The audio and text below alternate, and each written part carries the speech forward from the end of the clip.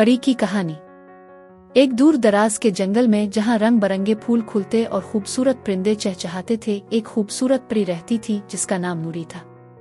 नूरी का दिल बहुत नर्म और मोहब्बत से भरपूर था। वो हमेशा अपने जादुई पर से दूसरों की मदद करती थी और उन्हें खुशियां बांटती थी। नूरी की सबसे खास बात उसके जादुई पर थे, जिनमें से हर एक रंग की रोशनी निकलती थी। वो रोशनी न सिर्फ अंधेरे को दूर करती थी बल्कि दिलों के गम भी दूर कर देती थी।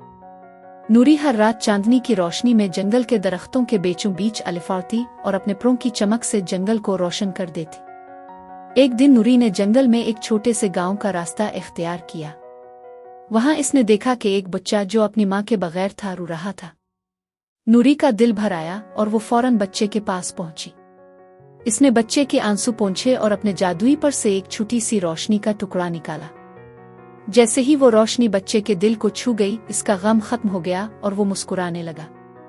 नूरी ने बच्चे को दिलासा दिया और कहा, परेशान न हो, मैं तुम्हें तुम्हारी माँ के पास ले जाऊंगी। फिर नूरी ने बच्चे को अपने परों पर बिठाया और इसे इसकी माँ के पास पहुंचा दिया। माँ ने जब अपने बच्चे को देखा तो इसकी आंखों में खुशी के आंसू आ गए। इस दिन के बाद नूरी गांव के लोगों के दिलों में बस गई।